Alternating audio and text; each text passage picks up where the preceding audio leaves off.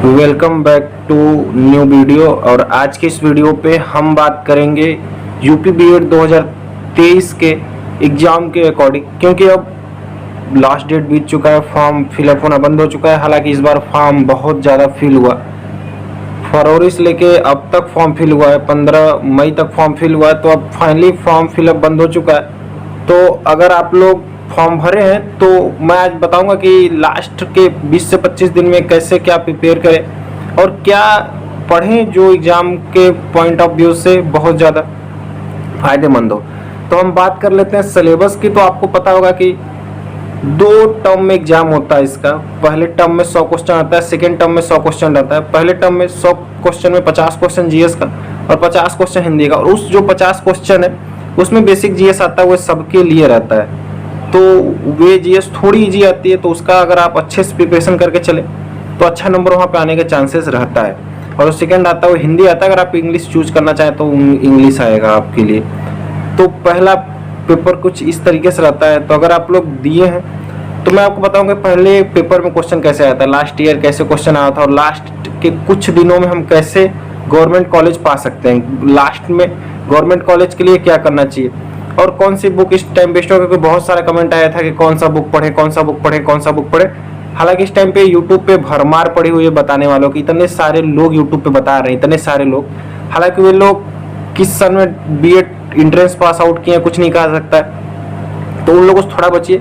क्योंकि exact data वही दे सकता है जो लास्ट 2-3 ईयर में बीएड में बैठा है, क्योंकि इस एग्जाम पैटर्न उसी को अच्छे से पता है। जो बहुत पहले इंट्रेंस एग्जाम पैटर्न में बैठा हो तो वो पैटर्न को फॉलो नहीं कर रहा। और एग्जैक्ट कोई भी बुक लास्ट ईयर का पेपर आपको नहीं बता सकती, क्योंकि जितने भी मार्केट में बुक है, चाहे वो अरिहंत प्रकाशन का हो, चाहे पूजा का हो, किसी भी प्रकाशन का जो भी किताबें इस समय है मार्केट में, कोई भी आपको एग्जैक्ट पेपर लास्ट ईयर वाला नहीं देंगे। मैंने भी बहुत सारा पब्लिकेशन देखा है जो प्रीवियस ईयर 2022 का क्वेश्चन पेपर छापे हुए, तो कोई भी रियल प्रीवियस ईयर का पेपर नहीं है। तो आप लोग उस पेपर के माध्यम से जज नहीं कर सकते क्या आने वाला है। जो भी पेपर बना हुआ काफ़ी ईजी पेपर बना के रखा गया, इसीलिए वो पेपर बनता है ताकि आपको लगे कि क्या लेवल आता है और आप उस लेवल तक पहुंच ही ना पाए। तो थोड़ा सा इन सब चीज़ों से बचते चलिए। हालांकि अब 3 महीने से ज़्यादा सफ़र हो चुका है फॉर्म भरने के डेट से, तो आप लोग कहीं ना कहीं से पढ़ाई जरूर कर रहे होंगे।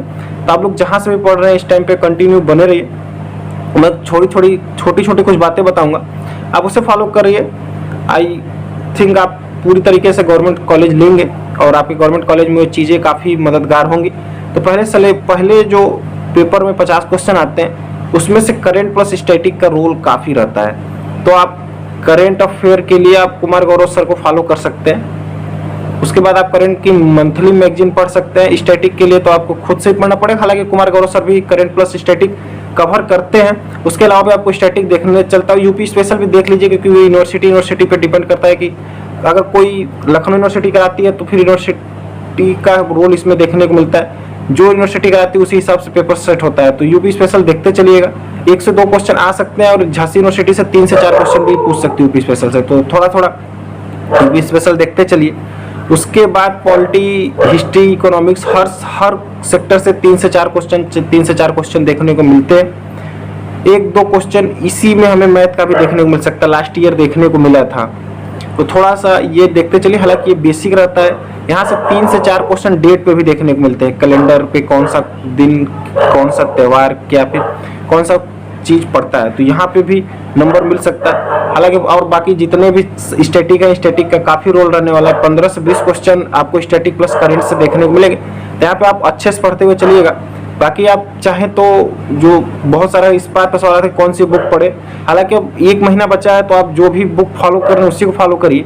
आपके पास अगर पैरामाउंट की जो बुक मिलती थी ऑफिशियल, वो वाली बुक अगर होती, मैं आपको दिखा देना, अगर ये वाली बुक आपके पास होती तो ये जीएस के लिए परफेक्ट बुक है। हालांकि अगर आपके पास लूसेंट भी है तो आप उससे भी पढ़ते चलिए, कोई एक बुक पढ़िए, उससे हो जाएगा। उसके बाद बात कर ले हिंदी के लिए, तो हिंदी में भी यही सीन होने वाला है। उसमें 50 क्वेश्चन आएगा। हिंदी में यूपी बीएड संपूर्ण हिंदी पूछता है, पूरा हिंदी कवर करता है। तो आप हिंदी में आप जो भी प्रकाशन इस समय पढ़ रहे हैं वही पढ़िए। हालांकि जो मैंने पढ़ा था वो था ये इलाहाबाद की जो प्रकाशन की बुक है, ये बेस्ट बुक है। हालांकि आप जो भी पढ़ रहे हैं उसको पढ़िए और लास्ट मोमेंट में कोई भी बदलाव मत करिए। अभी आपके पास 20 से 25 दिन है और होपलेस मत होइए, सिलेक्शन हो जाएगा, गवर्नमेंट से मिल जाएगी। अब बात कर लेते हैं सेकेंड पेपर में। तो सेकेंड पेपर में अगर आप हिस्ट्री से हैं अगर आपका आर्ट्स से ग्रेजुएशन हुआ है तो 50 क्वेश्चन का आर्ट्स पूछता है और 50 क्वेश्चन की रीजनिंग।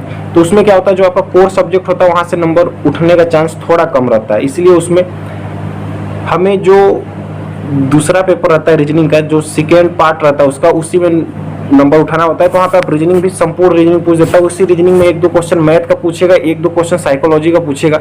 तो आप वहाँ पे भी थोड़ा सा अच्छे से तैयारी करिए, क्योंकि सेकेंड पेपर काफ़ी अच्छे लेवल पे पूछने वाला है। तो अगर आप लोग